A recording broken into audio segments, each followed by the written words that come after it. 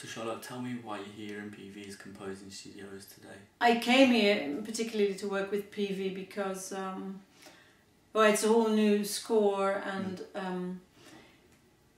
PV knows my voice, but he hasn't written for it before. So it's it's very useful to actually sing the part to the composer, and then he can react on it immediately. He can think, oh well, I meant that to be more soft or less or even stronger or more lyric. So then he can explain to me what kind of a sound he would like. Yeah. And I can say, well, for instance, some things were a bit high for my voice.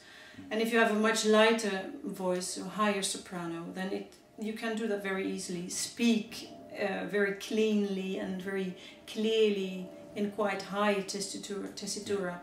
But for my voice, that's a bit awkward. So I sang that to PV, and he agreed. He thought, well, we have to change that. So he changed quite a bit. Yeah. But I mean, most of the things were really very singable and very well written and lyrical. And Charlotte, is it common to do this with a composer?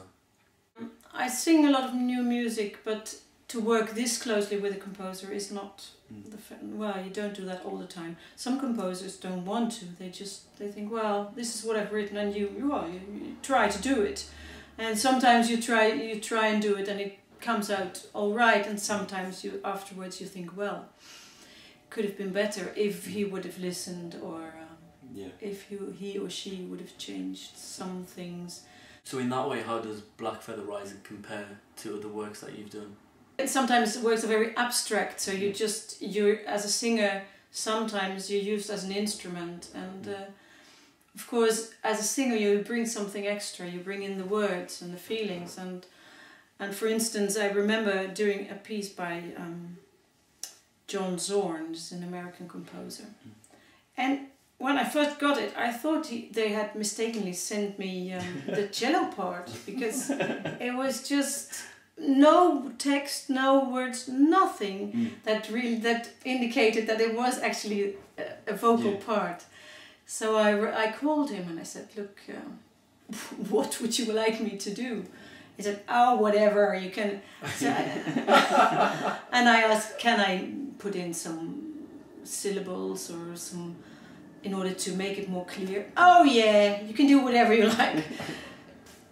So then you think, well, I mean, I'm not a composer. I don't want to do whatever I like. I really appreciate it when a composer has a very clear idea of what he wants, and then, of course, together you can find, well, a way to realize that idea. But well, this John Zorn was pretty extreme. What do you expect to be doing between now and the premiere? Well, I have to work real hard to learn all the notes, to memorize it. And then we'll start rehearsing. And will that be the first time that you meet with Alistair? Yeah, I think I'll be calling him and try to meet him before.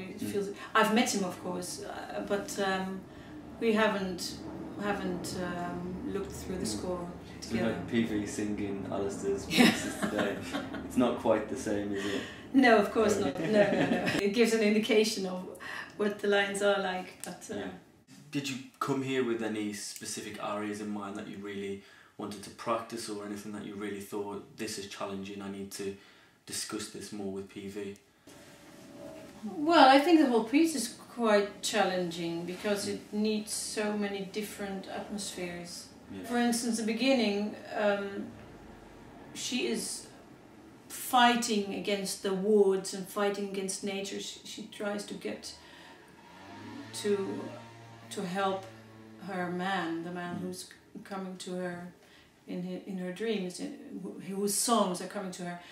And so that's very earthy and very feisty sort of music.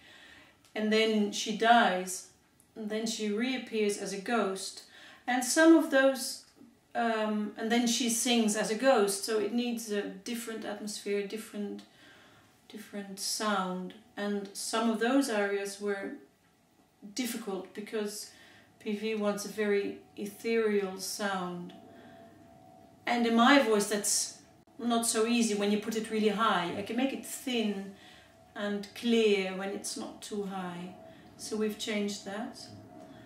And well, there are beautiful arias in that ghost section, so to speak. For instance,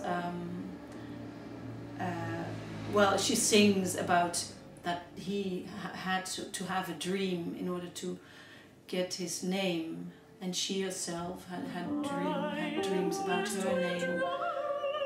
And there's one particular aria which is very beautiful.